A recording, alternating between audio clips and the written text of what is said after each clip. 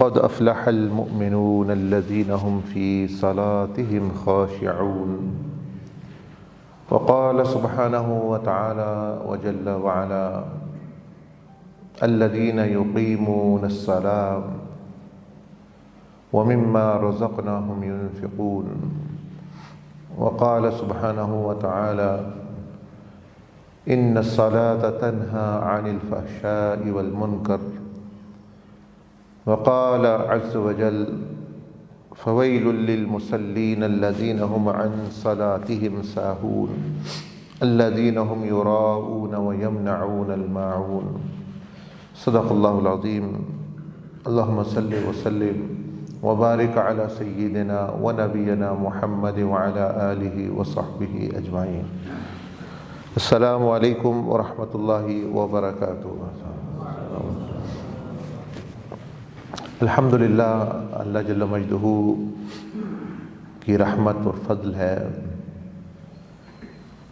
کہ ہم ایک پاک مقدس مہینے میں، رجب میں، جس کو اللہ پاک نے نبی علیہ الصلوۃ والسلام نے مقدس قرار دیا، اس میں حاضر ہے۔ یہ بھی سعادت ہے، اربوں خربوں لوگ وہ دنیا سے جا چکے ہیں، ان کو نہ یہ مہینے مل سکتے ہیں، نہ یہ دن کو کوئی عمل، نیک عمل اتنا پسند نہیں جتنا فضیلت میں بھی آپ شامل ہیں کہ یہ جمعہ کی رات ہے، اور جمعہ والے دن یعنی اللہ پاک کو سب سے زیادہ پورے ہفتے میں نیک عمل وہ زیادہ پسند ہے جو جمعہ کے دن کر رہا ہے، لیکن یہ دن اور رات اچھا گزرے بندے کا، اس کا اثر پھر پورے متعلق ایسا ہی ارشاد فرمایا۔ تیسری یہ کہ یہ معراج کا جو تحفہ ہے، جو عروج، اس کا دیدار حضور علیہ السلام کو جو عطا ہوا، اس لیے کہتے ہیں کہ الصلاۃ معراج المؤمنین، ایسا عمل جو کہ معراج کا تحفہ ہے اس امت کے لیے، حضور علیہ السلام کی طرف سے، اللہ پاک کی طرف سے۔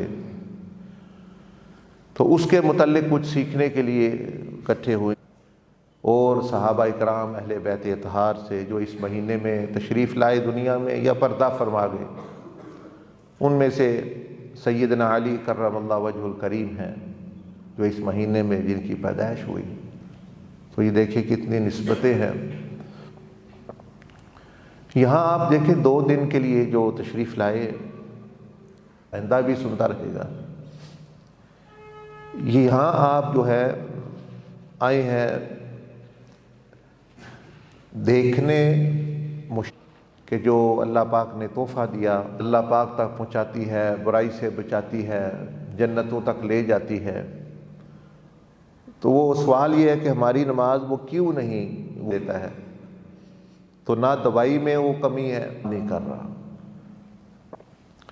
نماز بوجھ لگنا شروع ہو جائے تو وہ پھر کیا نماز ہے؟ نماز تو رب سے ملاقات ایک اس بندے سے ہے کہ زبردستی اس سے آپ کو بات کرائی جا رہی ہے، بھائی اس کو فون کر لو، اس سے بات کر لو۔ جو پڑھ رہے ہیں وہ اس طرح کی پڑھ رہے ہیں، وہ نہیں تو اللہ پاک سزا دے گا اور یہ جہنم میں جائیں گے، یہ تو فرض ہے، یہ تو کرنا ہی پڑے گا، چلو گویا سمجھتے ہیں کہ کوئی اللہ پاک پر کوئی، اور وہ اصل حقیقت کا پتہ کوئی نہیں۔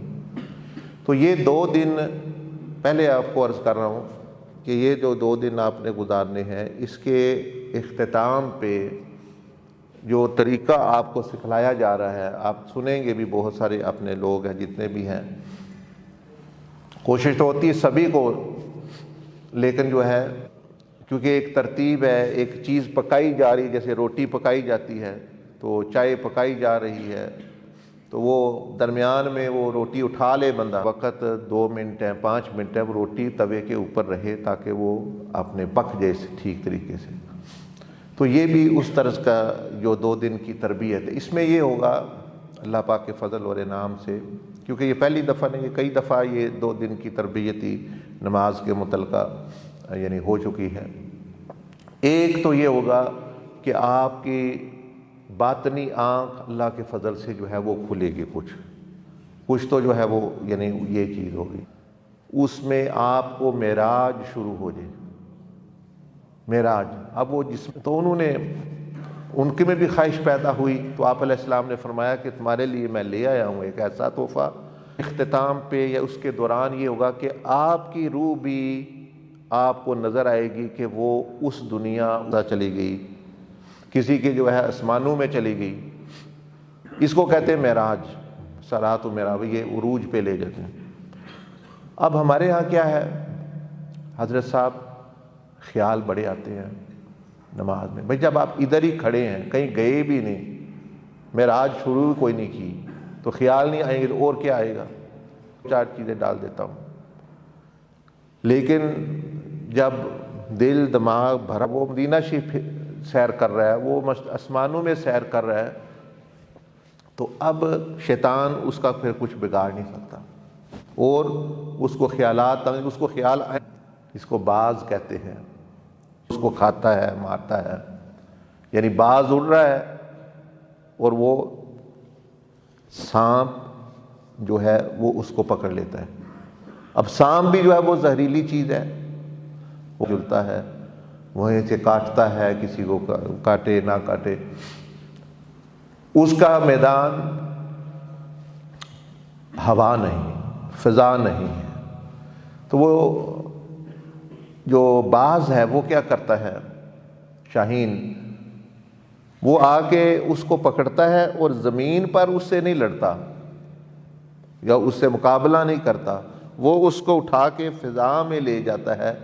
اب وہ سانپ جو ہے وہ کچھ نہیں کر سکتا، تو اس کو وہ قابو کر لیتا ہے بڑی آسانی کے ساتھ. ہاں زمین پر ہو تو وہ بھی پھن پھیلا کے ادھر جائے گا ادھر مارے گا. پکڑتا ہے تو وہ زمین پر نہیں اس سے لڑتا یا الجھتا تھا، وہ اس کو اپنے جہان میں، اپنی فضا میں. یہ شیطان ادھر ادھر پھر رہا ہے، دنیا میں پھر رہا ہے، کر رہا ہے. اگر ہم نے اس وہ باز کی طرح معراج پر چلے جائیں، یعنی اپنے ایک الگ جہان میں چلے جائیں، اللہ کی حضوری کے فضا جہان ہی نہیں ہے. اسی طرح جو ہے آپ کو گناہ کی طرف لے کے جاتا ہے. لیکن جب آپ نے جو ہی معاملہ ایسا ہوا، آپ نے اللہ پاک کو یاد کیا، میں چلے گئے. اب یہ شیطان کی دنیا نہیں ہے، یہ شیطان کا جہان. وَإِمَّا يَنزَغَنَّكُمْ، تم اللہ کی پناہ میں آ جاؤ.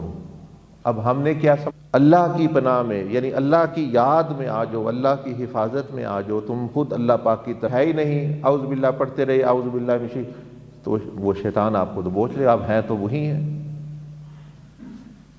تو اس لیے میں مثال دے رہا تھا کہ جو ورا چلا جاتا ہے وہ اس جہاں میں، تو اس میں آپ کو وہ سکھائی جائے گی کہ آپ بھی جا سکتے. مثلا آپ میں کئی بندوں نے تو پہلے بھی یہ کی ہوگی ذہنی طور پر، اور روح سفر بھی کر رہی ہو کعبہ شریف اور مسجد الاقصیٰ کی طرف، تو وہ کیسی نماز ہوگی.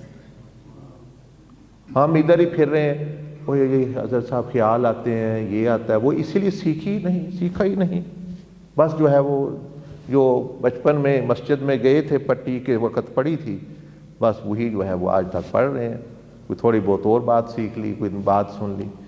یہ تو اتنا بڑا خزانہ، اتنی بڑی طاقت، مطلب یہ تھی کہ اللہ پاک نے یہ چیز دی ہے. پتہ ہی کون. نماز کے لیے کیا لفظ استعمال کیا قرآن مجید میں؟ قرآن مجید میں کیا لفظ استعمال ہو گیا؟ صلاۃ کا. اب صلاۃ کا لفظ، اس کا کیا مطلب ہے؟ وہ مطلب کے لیے، مطلب جب سمجھ آ جائے نا لغوی، پھر جو ہے اصطلاحی وہ بندے کو آسانی ہوتی ہے سمجھنے کے لیے کہ بھئی اصل میں بات کیا ہو رہی ہے. ہمیں وہی کوئی نہیں پتہ. صلاۃ کا مطلب ہے نماز. اب نماز تو فارسی کا، اردو کا لفظ ہے، وہ ادا ہی نہیں کر سکتا. گھوڑوں کی دوڑ دیکھی ہے، گھوڑے جو ہے وہ دوڑتے ہیں مقابلے کے لیے ایک دوسرے کے ساتھ. جو ہے کس نے دیکھی ہے یہ ہوتا ہے؟ ایک گھوڑا سب سے ظاہر ہے، دوڑ رہے ہیں تو ایک آگے ہی ہوگا نا، کچھ نہ کچھ. ایک گھوڑا اس کے 2 نمبر پہ ہوتا ہے پیچھے بالکل، یعنی ساتھ ساتھ چل رہا ہوتا ہے. یعنی فرسٹ کہہ لیں، ایک پہلے نمبر پہ دوڑ رہا ہے، اور دوسرا جو ہے وہ کوشش کر رہا ہے میں بھی اس سے آگے، لیکن وہ پورا زور لگا رہا ہے، پوری طاقت لگا رہا ہے وہ گھوڑا کہ میں بھی آگے چلا جاؤں.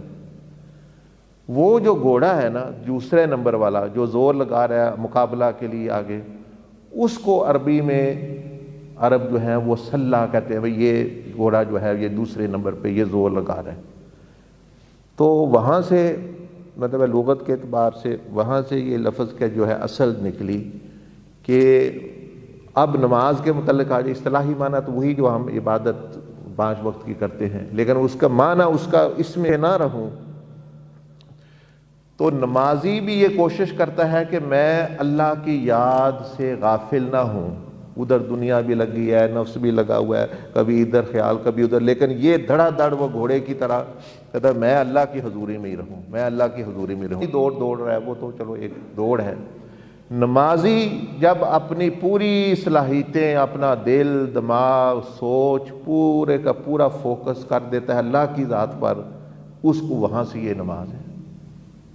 اب جس کو تو یہ پتہ ہو وہ تو وہ سوچے گا کہ بھئی میں واقعتاً اس طرح کی پڑھ رہا ہوں کہ یہ نہیں۔ دوسرا جو ہے عرب جو ہے وہ استعمال کرتے تھے اس کو، جب شکار کرتا ہے تو وہ کہیں ایک جگہ کھڑا ہو جاتا ہے، دیکھتا رہتا ہے بھئی کہاں سے بکریاں جا رہی ہیں، ہرن جا وہ سمجھتا ہے اس کو میں نے پکڑنا ہے تو پوری قوت اور پورے زور سے اس پر حملہ کرتا ہے۔ اس کو بھی سلہ کہتے ہیں عربی میں، وہاں اس کے لیے بھی استعمال ہوتا ہے، شعر کے لیے بھی، کہ وہ پورے زور شور سے اپنے ٹارگٹ کی طرف جاتا ہے۔ تو نمازی بھی یعنی نماز اس بندے کی نماز ہے وہ توجہ سے اور پورے زور شور سے اپنے مقصود کی طرف جس کے لیے وہ نماز پڑھ رہا ہے اس کی طرف متوجہ ہو جائے اپنا جائے۔ تو اب یہ تو ہو گیا لغوی مطلب، بھئی کہاں سے، بھئی عرب میں کیسے یہ لفظ استعمال ہوتا تھا۔ اور بھی کئی معنی ہیں، ملانا بھی اس کا معنی ہے کہ یہ رب کو بندے کو رب سے ملا دیتی ہے، اس میں مطلب یہ چیزیں، دعا بھی اس کو مطلب معنی کئی معنی، لیکن میں نے بتا دیا بھئی عرب کلچر میں یا عرب لغت میں یہ کس طرح استعمال، کہاں سے یہ لفظ جو ہے وہ نکلا، کیا کیا اس کے ریجن ہے۔ اب دیکھیں نا یہ بندے کو پتہ ہو تو اس کو پھر سمجھ آنا شروع ہو جاتی ہے، بھئی میں بھی کوشش کروں، میں بھی ڈھیلا نہ بیٹھوں، شیر بنوں، گھوڑا بنوں۔ دیکھیں یہ دونوں جانوروں کو بڑا برکت والا نبی علیہ السلام فرمایا گھوڑا برکت والا جانور ہے، اور شیر بھی جو ہے اس کی مثال دی جاتی ہے بہادری کی کہ بھئی میں نے وہ بننا ہے اللہ کی راہ میں، جس طرح گھوڑا پوری توجہ کرتا ہے، شیر حملہ کرتا ہے، پھر وہ کوئی پرواہ نہیں کرتا ادھر کیا ہو رہا ہے ادھر کیا ہو رہا ہے کون کیا کر رہا ہے، وہ بس اس کا اپنا ٹارگٹ ہے۔ تو مومن بھی نمازی بھی جب ہو تو اس کو کوئی پرواہ نہ ہو ادھر کیا ہو رہا ہے ادھر کیا ہو رہا ہے، وہ اپنی یہ چیزیں، یہ تو ہو گئی لغت کی بات جو ہے۔ اب جس طرح یہ لکھا ہوا آپ پڑھ رہے ہیں، صرف تھوڑا سا بیان میرا یہی آج موضوع ہے کہ بھئی نماز پڑھنے میں اور قائم کرنے میں کیا فرق ہے، کیونکہ قرآن مجید میں بار بار نماز کو قائم کرنے کا حکم دیا گیا، پڑھنے کا کم ہے اور قائم کرنے کا زیادہ۔ وَيُقِيمُونَ الصَّلَاةَ یعنی اقامت الصلاۃ، اور مطلب بار بار اس کا تذکرہ کیا گیا۔ تو ہم جو ہے وہ نماز جو ہے جو کچھ تو پڑھتے بھی نہیں، جو کرتے ہیں وہ پڑھتے ہیں، پھر کسی کسی کی قائم ہو جاتی ہے، لیکن پہلے تو بندے کو یہ پتہ ہو کہ وہ مطلب کیا ہے قائم کرنے کا، وہ کیا فرق ہے نماز پڑھنے میں۔ ہو سکتا ہے یہ جو مجھے فائدہ نہیں مل رہا نماز سے، میں قائم ہی نہیں کر رہا، میں صرف پڑھ رہا ہوں، وہ نتیجہ وہ نہیں ملے گا مجھے جو۔ تو اس کے متعلقہ یہ تھوڑا سا سن لیجئے اور پھر جو ہے آپ کو تو یہ دیکھیں لکھا ہوا ہے قرآن مجید کی بہت ساری آیات میں حکم ہے ہم نماز قائم کریں۔ کیا بندے نے سوچا ہے، کیا ہم سوچتے ہیں کہ اس کا کیا مطلب ہے قائم کرنے کا، پڑھنے اور قائم کرنے میں کیا فرق ہے؟ اچھا، اگر آپ سے یہ پوچھا جائے کہ اسلام کے 5 ستون کیا ہیں تو آپ بلا شبہ یہ کہیں گے نماز ایک بہت بڑا ستون ہے اور ہمیں نماز قائم کرنی چاہیے۔ اگر ہم پنجگانہ نمازوں کا ذکر کریں تو آپ کے ذہن میں کیا آتا ہے؟ شاید یہی کہ ضروری فرض ہے اور ہمیں اس کو ادا کرنا چاہیے۔ تو یہ چند چیزیں لکھی ہیں۔ جب نماز کے بارے میں پوچھا جائے تو ہم لوگوں کو کیا جواب دیں؟ ہم مطمئن اور خوش ہوتے ہیں کہ ہم نے نماز ادا کی، لیکن ہم کبھی بھی یہ نہیں سوچتے کہ اتنے سالوں میں کیا ہم نے اپنی زندگی میں کبھی نماز قائم بھی کی ہے یا نہیں۔ اور حکم تو اس چیز کا ہے، فائدہ تو اس وقت ملنا شروع ہوتا ہے کہ جب وہ اپنا قائم۔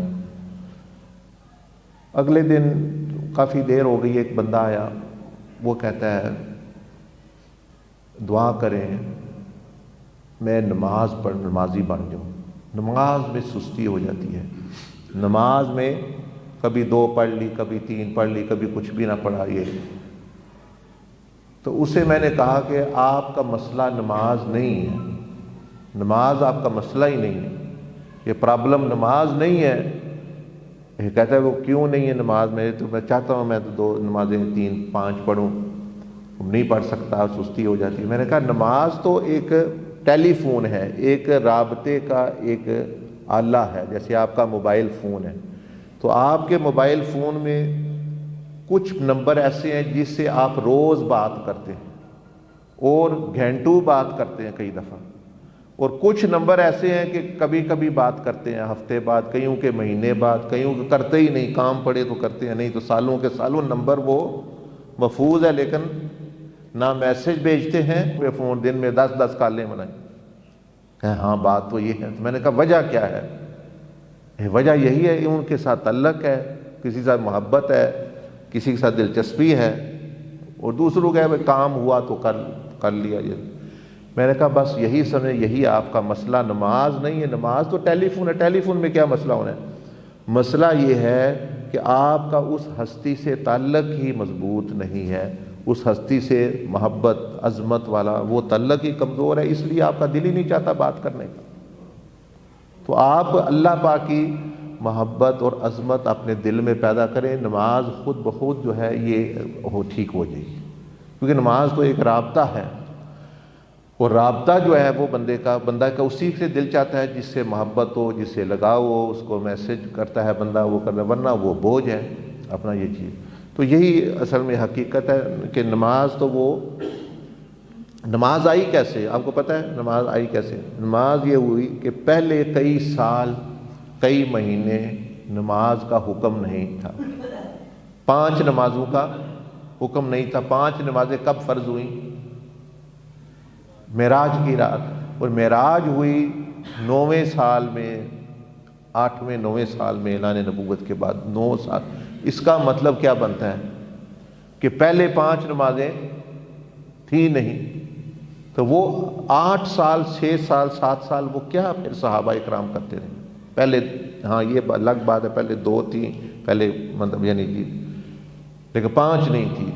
تو پہلے سالوں میں کیا ہوتا رہا؟ ہونا تو یہ چاہیے پہلے سال ہی 5 نمازیں آ جائیں، جس طرح ہم کہتے ہیں کسی بندے کو 5 نمازیں پڑھا کرو، لیکن پہلے کئی سال کیا ہوتا رہا؟ حضور علیہ الصلوۃ والسلام، صحابہ اکرام میں، ان کے دلوں میں اللہ پاک کی عظمت، اللہ پاک کی بڑائی، اللہ پاک سے تعلق، اللہ پاک سے محبت، اللہ پاک سے لگاؤ اتنا کوٹ کوٹ کر وہ بڑھتے رہے ذکر کے ذریعے، تذکرے کے ذریعے، قرآن کے ذریعے، کہ ان کی روحیں چیخ اٹھی کہ ہم کیسے اس رب سے باتیں کریں، کیسے اس رب کا قرب حاصل کریں۔ اب تو وہ مانگ رہے تھے کہ ہمیں یہ ملے یہ چیز، تو اس کے جواب میں آپ کو ان کو جو ہے وہ نماز دے دی گئی کہ یہ ہے، اس ذریعے سے آپ رابطہ کر لیا کریں۔ تو ان کے لیے تو وہ بڑی نعمت تھی، کیونکہ ان کو تعلق تھا۔ اب ہمارا حال یہ ہے کہ وہ تعلق وہ ہے نہیں، اور نماز جو ہے وہ مل گئی، تو اس لیے ہمیں قدر نہیں۔ دیکھیں نا، اگر آپ کو کسی سے محبت ہو جائے، کسی سے پیار ہو جائے، آپ کو مجھے فون نمبر دو، مجھے فون نمبر دو، میں کیسے رابطہ کروں، کیسے ملوں؟ آپ خود بولو، کیونکہ محبت ہو گئی۔ ملے گا تو بڑے خوش ہوں گے، مجھے مل گیا جی فلاں کا فون نمبر۔ اور اگر کسی سے تعلق ہی اتنا نہیں ہے، تو اگر آپ کو دے بھی دیں تو آپ کے لیے وہ نمبر ہی ہے وہ چیز۔ تو یہ بات ہے۔ تو آپ سمجھ لیں کہ پہلے تو یہ سمجھ لیں مختصر ایک جملے میں، پھر اس کی جو ہے تفصیل میں جاتے ہیں، کہ جب نماز کے جو اندر بندے کی زندگی ہے، نمازی جیسے ہم نماز پڑھتے ہیں، نماز کے اندر جو زندگی ہے، جب نماز کے باہر کی زندگی بھی اس کے مطابق ہو جائے تو نماز قائم ہو جاتی ہے۔ یعنی نماز کے اندر جس طرح بندہ کر رہا ہے اسی طرز پر پھر باہر کی زندگی بھی آ جائے، اس کو کہتے ہیں نماز کا قائم ہونا۔ تو اب سمجھتے ہیں، کوشش کرتے ہیں، یعنی کیسے۔ مثال کے طور پر ہم نے شروع ہی سے نیت کرتے ہیں اللہ تعالیٰ کی خوشنودی کے لیے، اسی طرح نماز اس بات کی یاد دلاتی ہے کہ ہم جو نیکی کرے اللہ تعالیٰ اور اس کی رضا کے لیے ہو اور ہمارا کوئی عمل ضائع نہ ہو۔ مثلا نیت کری 2 رکعت نماز اللہ کے، اللہ اکبر، یہ تو نماز پڑھنا ہو گیا۔ لیکن اگر ہم نے اس نیت سے یہ سیکھ لیا، باہر بھی جو اچھے کام نیک کام کیے وہ اللہ کی خوشنودی کے لیے کیے، تو نماز قائم ہوگی، وہ نیت کا حصہ قائم ہو گیا، بندہ وہی عمل کر رہا ہے جو اس نے سیکھا۔ نماز تو ایک ٹریننگ تھی نا، ایک مشق تھی، وہ تو ایک ٹریننگ دی گئی، بھائی اس طرح نیت کرنی ہے، جو نیک کام کرنا ہے اللہ پاک کی رضا کے لیے کرنا ہے، دکھاوے کے لیے نہیں کرنا، اللہ پاک تمہیں بدلہ دے گا، جزا دے گا۔ تو اب یہ تو اس کی مشق ہو گئی۔ اب وہ نماز کو ختم کر کے باہر نکلا، اس نے دینا ہے صدقہ کسی کو، تو اس میں بھی اگر اللہ کی خوشنودی ہی اس کے ذہن میں آئے تو نماز قائم ہے، اگر وہاں پھر وہ نہ رہے تو نماز قائم نہیں ہوئی۔ اب اگلی چیز لے لیں، قبلہ رخ ہونا۔ لیکن ہم نے نماز پڑھی قبلہ رخ، تو اس کا کیا، اس کا کوئی مقصد ہوگا؟ آخر شریعت نے کہا قبلہ کی طرف منہ کرو۔ نماز میں کعبہ کی طرف منہ کرنے کا یہ مطلب ہے کہ ہمارے جسم، ذہن اور دل کا رخ بھی کعبہ کی طرف ہو۔ یعنی دیکھیں نا، جب بندہ ایسے کھڑا ہے تو اس کا دماغ اس کعبہ کی طرف ہے، دل جو ہے وہ کعبہ کی طرف رخ کر رہا ہے، جسم جو ہے وہ کعبہ کی طرف رخ کر رہا ہے۔ اب جب نماز کے باہر بھی اس کا دل، دماغ، وہ رخ جو ہے اس کا اللہ کی طرف رہتا ہے، تو پھر یہ نماز جو ہے وہ، یعنی وہ گویا قبلہ، اس کو ڈائریکشن دیا جا رہا ہے جی۔ ہم اس بات کو یقینی بنائیں کہ ہماری زندگی کے اغراض اور مقاصد صرف اللہ کی ذات اور اس کا حکم، اس کے رسول صلی اللہ علیہ وسلم کی اطاعت ہونی چاہیے۔ ہم اپنی زندگی میں کئی قبلے بنا لیتے ہیں، جیسا کہ کسی نے مال دولت کو قبلہ بنایا ہو، کسی نے، اپنی بات کر رہا ہوں، آپ تو نیک لوگ ہیں، میں اپنے جیسے لوگوں کی بات کر رہا ہوں، مال و دولت کو کبھی قبلہ بنا، کبھی نام کو، کبھی شہرت کو، کبھی عہدے کو، کبھی طاقت کو، کبھی عورت کو، کبھی خاندان کو۔ مگر یہ تمام جتنی بھی چیزیں ہیں تو ہمارے قبلے ہونے کے، اور نہ ہی زندگی کا مقصد، بلکہ اللہ تعالیٰ ہی ہمارا مقصود و مطلوب ہو۔ یعنی یہ صرف قبلہ رخ ہونے میں سبق ہے، قائم کرتا ہے نا جو بندہ نماز، تو وہ کعبہ کی طرف رخ کر رہا ہے، قبلہ شریف کی طرف رخ کر رہا ہے، وہ گویا اب اس نے نماز میں قبلہ کی طرف رخ کر لیا نماز پڑھنے کے لیے۔ لیکن قائم کب ہوگی اب وہ جو قبلہ کی طرف رخ کیا ہے؟ جب وہ اپنا قبلہ اللہ پاک کی ذات اور خوشنودی، یعنی زندگی میں سب سے بڑا مقصد اس کا ہوگا کہ میں اللہ پاک کو پانا چاہتا ہوں، اللہ کی عبادت، اللہ کی رضا، اللہ ہی میری ترجیح اول ہے، وہی مقصود اعظم ہے۔ جب یہ ہو جائے تو سمجھے وہ قبلہ رخ ہو گیا، یعنی اس کی نماز قائم ہو گئی ہے۔ جب باہر جا کے، اگر یہاں قبلہ کی طرف رخ ہے، باہر عورت کے پیچھے گھوم رہا ہے، جدھر دولت دیکھی، بے ایمانی دیکھی، ادھر پیچھے چلا گیا، کوئی بندہ دیکھا اس کی طرف، تو وہ کیا قائم کیا اس نے کوئی قائم نہیں کی، وہ تو نماز کو خراب کر رہا ہے الٹا۔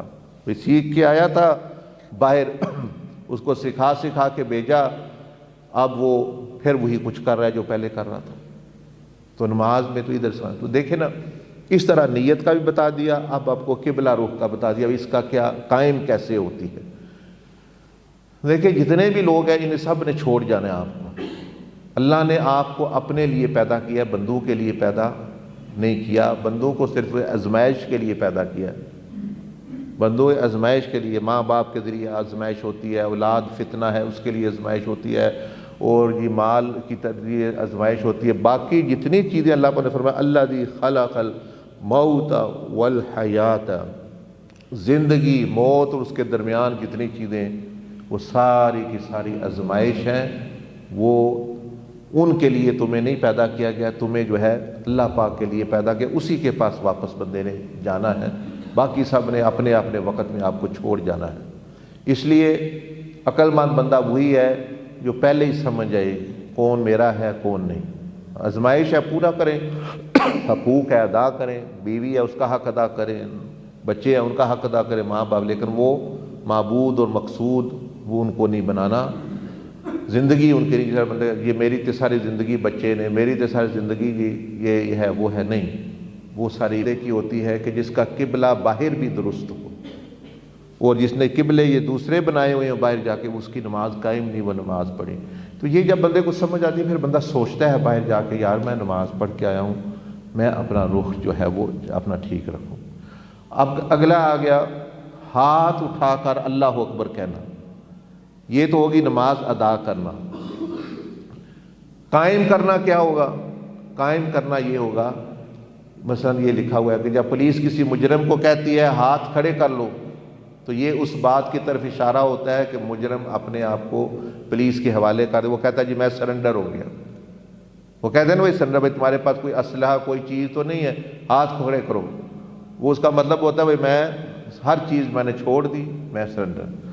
تو پہلے تو جب بندہ ہاتھ اٹھا کرتا ہے وہ اللہ کی بارگاہ میں سرنڈر ہو رہا ہے، وہ کہہ رہا ہے کہ یا اللہ میں سب کچھ ختم تیری ہی سامنے میں جھک گیا، تسلیم ہو گیا۔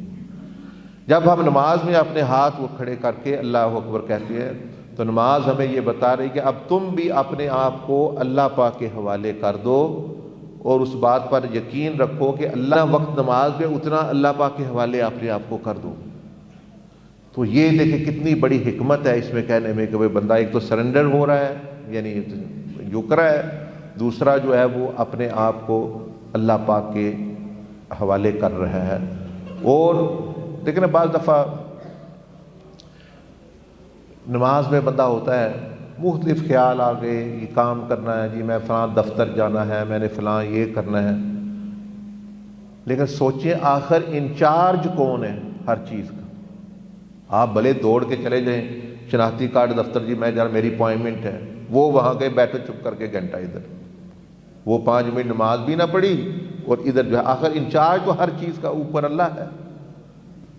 مثلا کوئی بھی شعبہ لے لیں، سیاست کا شعبہ لے لیں، پولیس کا شعبہ لے لیں، مثلا پولیس کا شعبہ ہی لے لیں، چلے آئی جی پولیس کا بڑا افسر ہوتا ہے صوبے کا، آئی جی آپ کو کہتا ہے کہ بھائی فلاں ٹائم پہ آپ نے یہ کرنا ہے، ادھر جانا ہے اور مجھ سے ملاقات کرنی ہے، مجھ سے ملاقات کرنی ہے، وہ کہتا ہے میں ادھر تو نہیں جاؤں، وہ تو پتہ نہیں کہ مجھے تو تھانے دار نے بنایا ہوا ہے، مجھے تو ڈی آئی جی نے بنایا ہوا ہے، میں تو ادھر جا رہا ہوں، مجھے تو فلاں سپاہی کہہ رہا ہے ادھر جانا ہے۔ اب وہ بے شک سپاہی کی بات کے پیچھے چلا جائے، تھانے دار کی بات سن لے، لیکن جب آئی جی نے فون کرنا ہے کہ بھئی وہ بندہ کہ رہے جی وہ تو جی تھانے دار کے ساتھ کھانا کھا رہا ہے بیٹھ کے، تو اس نے کہا اسی کو پکڑ کے جیل میں بند کرو، اسی تھانے دار نے پکڑ کے جیل میں بند کر دیا، کیونکہ کنٹرول تو آخر اس کا ہے نا، اوپر نیچے والے تو اس کے حکم کے۔ تو ہمارے جتنے بھی کام کاج، بیوی بچے، مطلب جو بھی ہے، آخر انچارج، آخر جو طاقت ساری قبضہ قدرت میں اللہ کے پاس ہے۔ ہم اس کو چھوڑ کے نماز کو چھوڑ ادھر جا رہے ہیں، وہاں بھی سکون نہیں ملے گا۔ مثال کے طور پر ایک بندہ کہتا ہے میں تو بیوی بچوں سے میں پاس جانا چاہتا ہوں، نماز لمبی ہوگی میں نماز نہیں، اب وہ گھر میں چلا گیا، گھر میں ذہن ہر چیز اللہ کے، گھر میں گیا لڑائی ہوگی، اب وہ کیا سکون لے رہا، کیونکہ وہ تو ساری اللہ سکون دینا تو اللہ پاک کے قبضہ قدرت پہ تھا۔ اس لیے کہتے ہیں وقفہ، کتنے لوگوں کی لڑائی ختم ہو جاتی ہے جو نمازی ہوتے ہیں، اذان ہوئی ہوگا میں تو نماز پڑھنے چلا، چلو جی وقتی طور پر وقفہ مل گیا نا، لڑائی کو میں شروع ہے کسی سے بھی شروع ہے، یہ اذان ہوگی نماز پڑھنے، وقفہ مل گیا، بعد میں بندے کا ذہن ہی بدل جاتا ہے۔ تو یہ تو 2 چیزیں ہوگی۔ اب اگلی چیز، جس وقت ہم تکبیر یعنی اللہ اکبر کہتے ہیں، اس وقت ہماری سوچ یہ ہونی چاہیے کہ ہمارے لیے اب وقت رک چکا ہے، کیونکہ ہم وقت کے بھی خالق کے سامنے کھڑے ہوئے ہیں، وہ وقت کو بھی روزہ، کوئی حیثیت نہیں وقت کی، اللہ عز و جل سے بڑی کوئی چیز نہیں، نہ خاندان، نہ کاروبار، نہ کھانا، نہ پینا، نہ ہی راحت و آرام بھی اسی سے آنا ہے، اللہ ان تمام سے بڑا ہے، اور آپ نے اپنے مالک کے سامنے حاضر ہیں جس کے قبضہ قدرت میں یہ ساری چیزیں، اس لیے آپ کو فکر کی ضرورت ہی نہیں کیا ہو رہا ہے، وہ جائیں گے تو وہ معاملہ مطلب ہے جو، تو یہ ہو گیا۔ اب اگلے پہ آ جائیں، یہ نماز قائم کرنے کا طریقہ بتا رہا ہوں بھائی، یہ ایک میسج ہوتا ہے، جب بندہ باہر بھی ایسے کرتا ہے جا کے تو اس کی نماز قائم ہوتی ہے۔ پھر ہاتھ مضبوطی سے بندھے ہوں، نماز میں ہاتھ لپیٹ کر مضبوطی سے باندھے جاتے ہیں، جیسے بندھے نماز میں ہاتھ ایک ہی حالت میں مضبوطی سے بندھے رہتے ہیں، جس طرح نماز میں ہاتھوں کو کسی بھی سمت میں حرکت نہیں دی جاتی ادھر ادھر، نہ ہی انگلیوں سے اشارے کیے جاتے ہیں۔ نماز ہمیں یہی بتا رہی ہے کہ نماز سے باہر بھی جا کر ہمارے ہاتھ اللہ پاک کے احکام کے خلاف کوئی کام نہ کریں، کسی کو دھوکہ نہ دیں، کسی کی طرف برا اشارہ نہ کریں، بہتان نہ باندھیں۔ یعنی دیکھیں نا، ہاتھ ادھر باندھے ہوئے ہیں نا بندے نے، یہ نماز پڑھ رہا ہے، سبحانک اللہم و بحمدک و تبارک اسمک، اس نے نماز پڑھی ہے، قائم نہیں کی۔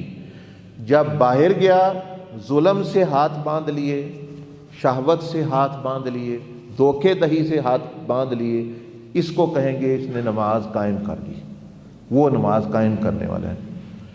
لیکن وہاں جس نے جا کے کھول دی ہر چیز، وہاں کوئی رک نہیں رہا باہر، جیسے وہ کہہ رہے ہیں ایک بندہ کسی کو ملا دفتر میں، تو وہ جو افسر صاحب تھے دفتر میں، وہ رستے میں مل گئے اس کو، دفتر کے باہر ہی دوسری سڑک کی دوسری طرف جو ہے وہ مسجد تھی، تو وہ اس نے اس کو کہا ہوا تھا پیسے لے کے آنا رشوت کے طور پر، تو یہ سڑک میں مل گیا اس کو، یہ کہتا ہے جی وہ اچھا ہو گیا آپ مل گئے، یہ پیسے جو آپ نے کہا تھا، یعنی رشوت جو ہے آپ، اس نے کہا یہ ذرا یہ اپنے پاس رکھو، میں نماز پڑھنے جا رہا ہوں مسجد کے اس طرف جو ہے، تو واپسی پہ آ کے لیتا ہوں۔ یعنی اس کے ذہن میں یہ ہے وہ کوئی اور چیز ہے، وہاں رب کوئی نعوذ باللہ اور ہے مسجد کا، اور باہر کا رب کوئی اور ہے، ویسی بات تو نہیں، مطلب یہ چیز۔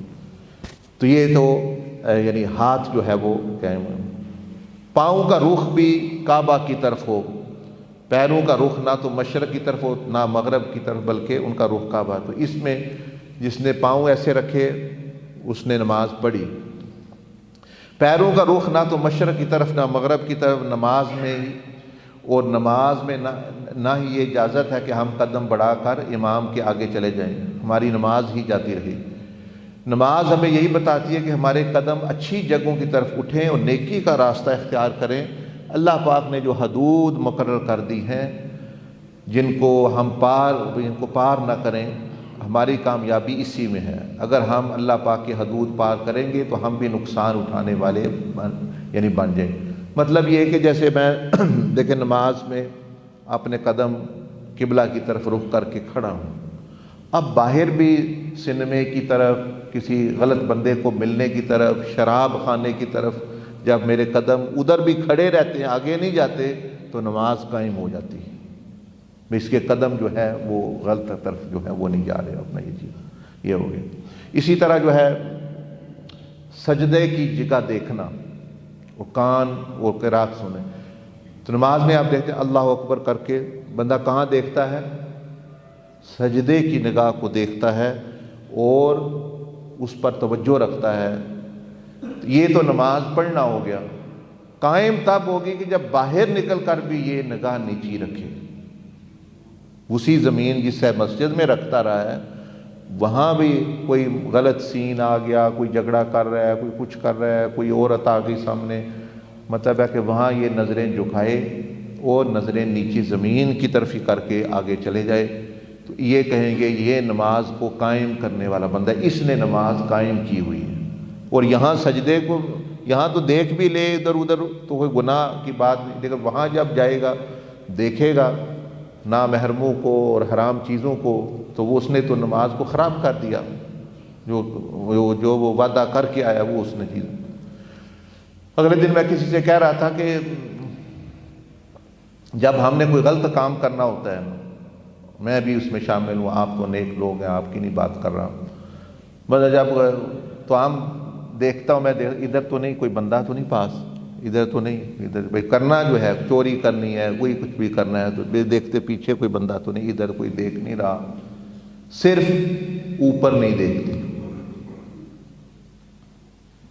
ارد گرد ضرور ہم دیکھتے ہیں، جب کوئی کام کرنا ہے ایسا ویسا، کوئی بچہ ہی نہیں دیکھ رہا، کوئی چیز دائیں بائیں دیکھا، صرف اوپر دیکھ لیں تو ہمارا کام بن جائے، ہمیں حیا آ جائے، یا پھر جو ہے زمین نیچے دیکھ لیں کہ کہاں جانا ہے میں نے کل، اس میں مٹی میں میں نے مٹی ہو جانا ہے کل، تو پھر بھی اس کو حیا آ جائے کہ میں یہ کام نہ کروں۔ لیکن ہم کیا کرتے ہیں، نہ اوپر دیکھتے ہیں نیچے دائیں بائیں کوئی بندہ تو نہیں، چلو کر لو۔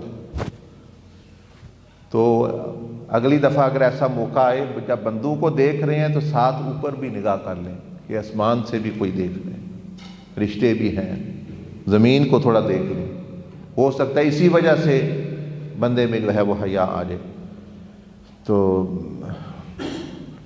تو نماز میں آنکھیں سجدے کی جگہ دیکھیں، نماز میں ہماری آنکھ سجدے کی جگہ یعنی ہونی چاہیے۔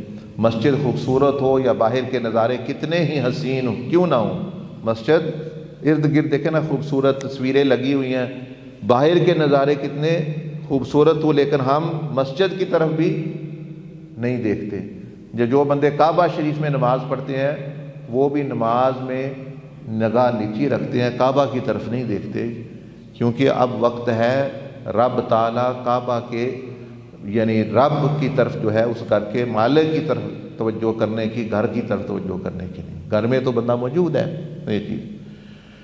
تو نماز ہمیں یہی سکھاتی ہے کہ ہمیں نماز سے باہر بھی دنیا کی رنگینیوں میں گم ہونا نہیں چاہیے، بلکہ اپنی نگاہ اللہ جل جلالہ کی طرف، اس کی رضا، اس کی بندگی، اس کی حدود، اس کی اطاعت، کم از کم فرمان برداری، ایمانداری کی طرف جو ہے وہ چلے۔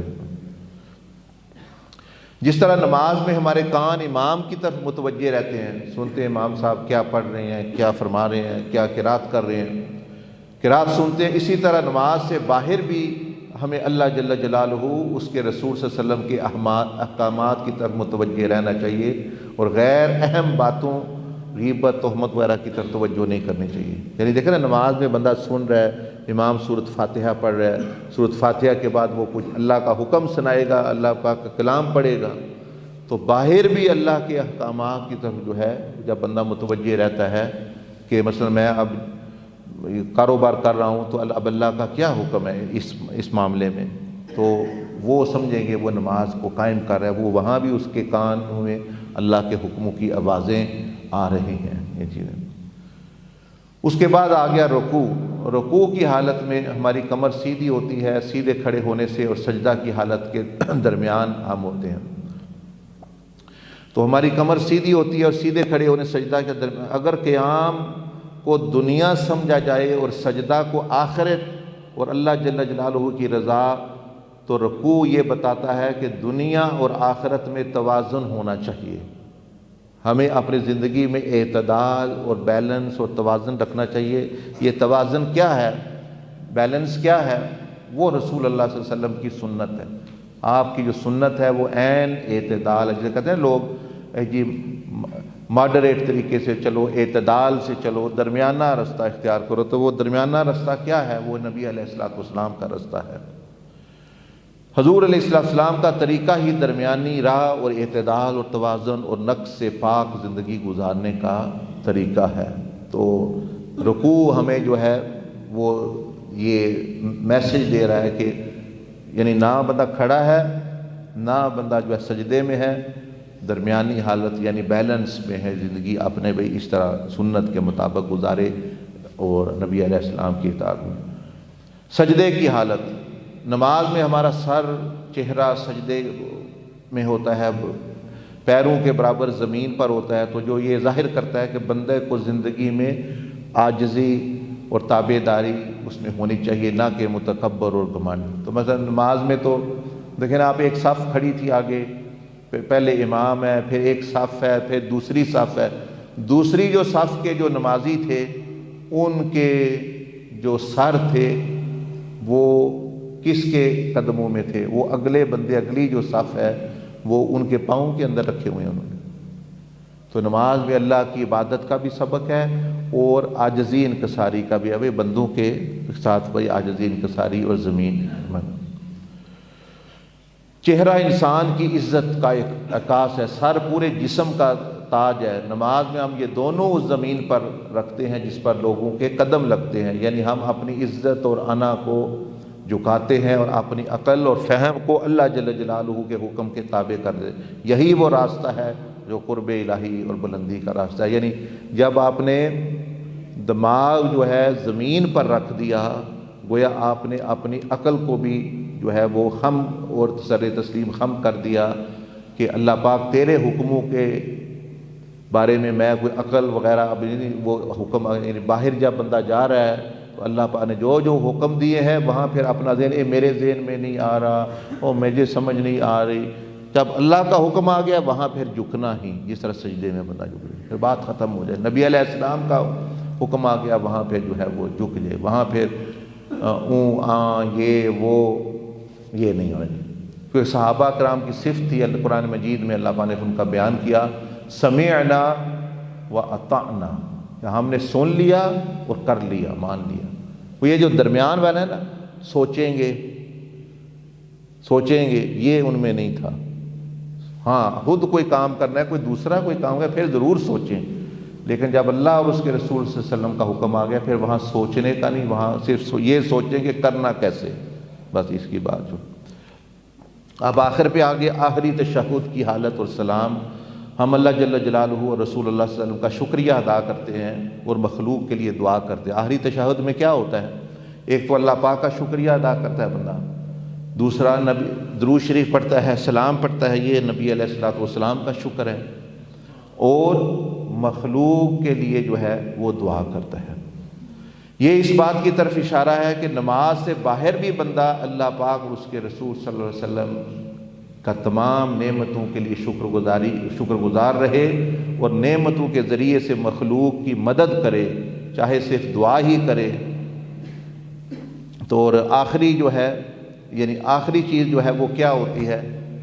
نماز کی سب سے آخر میں کیا ہم کرتے ہیں؟ سلام، جی السلام علیکم ورحمۃ اللہ، السلام علیکم ورحمۃ اللہ۔ یہ تو نماز پڑھنے والا سلام کرتا ہے۔ قائم کرنا کا کیا مطلب؟ کہ یہ چیز بتا رہی ہے آخر پہ، دیکھیں ہر جو پودا ہوتا ہے، درخت ہوتا ہے، سب سے آخر میں پتے آتے ہیں، پھول آتے ہیں کہ پھل آتا ہے؟ سب سے آخر میں پھل آتا ہے نا۔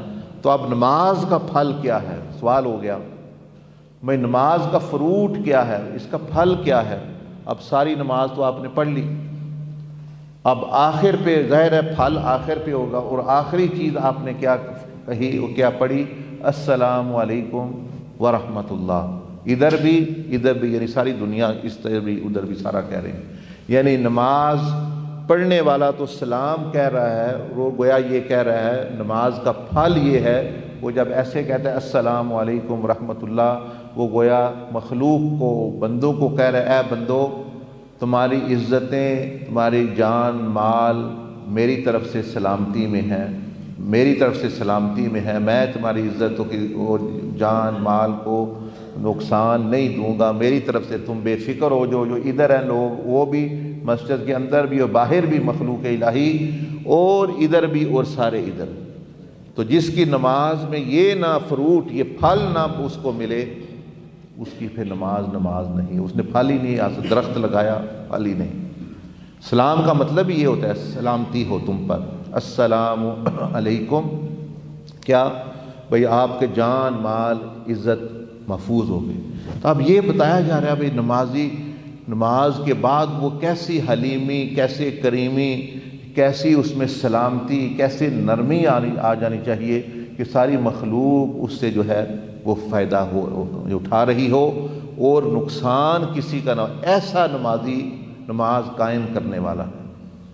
اور جو پڑھ کے پھر اسی طرح کی باتیں اسی طرح کی کریں، میں کل ہی عرض کر رہا تھا ساتھیوں سے کہ دیکھیں یہ نرمی حلیمی ایسی چیز ہے، مٹھاس، کہ جس گھر میں مٹھاس نہ ہو، گھر بہت بڑا ہو لیکن مٹھاس نہیں ہے، وہاں بندے تو کیا، وہاں چیونٹیاں بھی آپ کو نظر نہیں آئیں گی۔ جس گھر میں مٹھاس نہ ہو، چیونٹی بھی وہاں نظر نہیں ہے، چیونٹی بھی وہیں جاتی ہے جہاں کوئی تھوڑا بہت میٹھا، کوئی گڑ ہے، کوئی چینی پڑی ہے تو وہ بھی نظر آئے گی، کوئی آ جا رہا ہے۔ اسی طرح جو ہے جس بندے میں، جس گھر میں یہ نماز کا جو اثر ہے، سلامتی اور نرمی اور جو ہے شفقت یہ نہیں ہوگی تو وہاں وہ ہر بندہ اس سے وحشت کھائے گا، اپنے بچے کیا، بیوی کیا، پڑوسی کیا، وہ کہیں گے اللہ ہی اس سے بچائے، ہم تو اس کے پاس نہیں بیٹھنا چاہتے، نہ جانا چاہتے، ہر چیز بھاگ جائے گی اس سے جو ہے۔ اور اگر یہ چیز ہوگی مٹھاس تو پھر ہر چیز اس کی طرف مطلب اللہ پاک بھی خوش۔ اور مطلب اب نبی علیہ الصلوۃ والسلام کا دیکھیں نا اخلاق عالیہ، کہ آپ جب بعد مرتبہ مدینہ شریف کی گلیوں میں یا بعض کھیتوں میں تشریف لے جاتے تو بندے تو ایک طرف رہ گیا، کافر بھی آپ کے پاس آ رہے ہیں، بچے بھی آ رہے ہیں، بوڑھے بھی آتے ہیں، یہاں تک کہ جانور بھی کھچے کھچے چلے آتے بعض دفعہ، مطلب ہے جو مطلب جنگلی جانور ہیں، بعض مرتبہ بھیڑیں، بکریاں، بعض دوسری طرح کے، بعض دفعہ وہ سلام کرنے آتے، بعض دفعہ وہ اپنی کوئی بات کرنے آتے، یعنی وہ بھی محسوس کرتے کہ ہم اس ہستی کے پاس جا کے اتنی نرمی، اتنی شفقت، اتنی رحمت، تو ہم اس ہستی کے جو ہے وہ امتی ہیں۔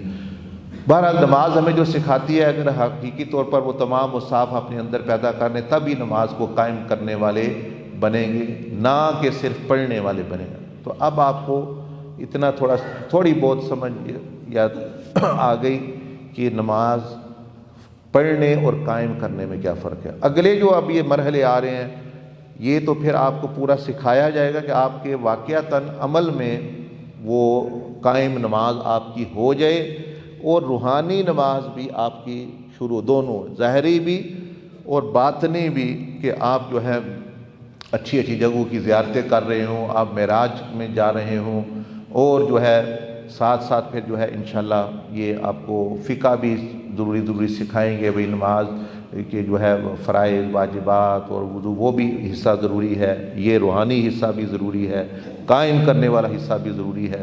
تو پھر دیکھیں گے آپ کی زندگی میں، گھر میں، آپ کی ذات میں کیسی تبدیلی، کیسی خوشی، کیسا سکون، کیسا آرام مطلب ہے یعنی آتا ہے۔ پھر آپ بھی یہی کہیں گے جو ہمارے آقا علیہ السلام نے فرمایا کہ نماز میں میری آنکھوں کی ٹھنڈک ہے۔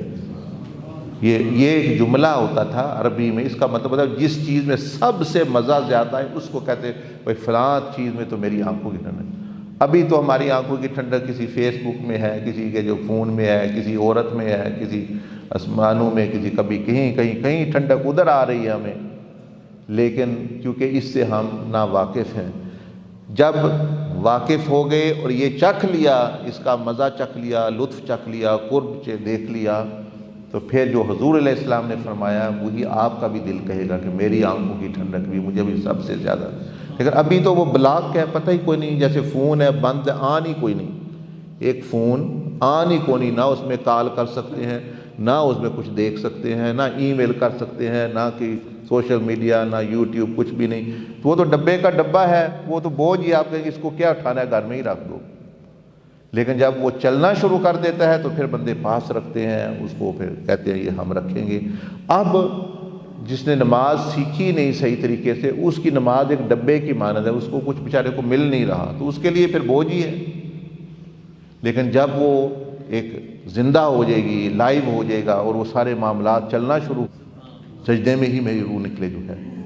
تو ایک صحابی کا قول ہے کہ جنت میں اللہ کا دیدار ہے، نبی علیہ السلام کا ساتھ ہے، اس کے علاوہ فرمایا کہ یہ جتنی دوسری چیزیں ہیں مجھے ان میں کوئی کشش نہیں محسوس ہوتی، اگر نماز 2 رکعت نماز جو ہے یا نماز وہاں تو توفیق ہوئی، اس میں میری کشش ہے کہ میں وہاں بھی جا کے پڑھ، کیونکہ نماز میں رب تعالیٰ، اب ہمیں تو پتہ ہی کو نہیں وہ نماز میں جو ہے، اس لیے ہم پھر پریشان ہوتے ہیں، بوجھ بن جاتا ہے۔ اور جس نے یہ ٹیبلٹ وغیرہ دیکھ لیں نا، بچے جو ہیں وہ ٹیبلٹ پہ لگے ہوئے ہیں، ٹی وی پہ لگے ہوئے ہیں، فون، کیونکہ ان کو کچھ نہ کچھ برا ہے یا اچھا ہے مل رہا ہے، لیکن وہ دیکھ رہے ہیں۔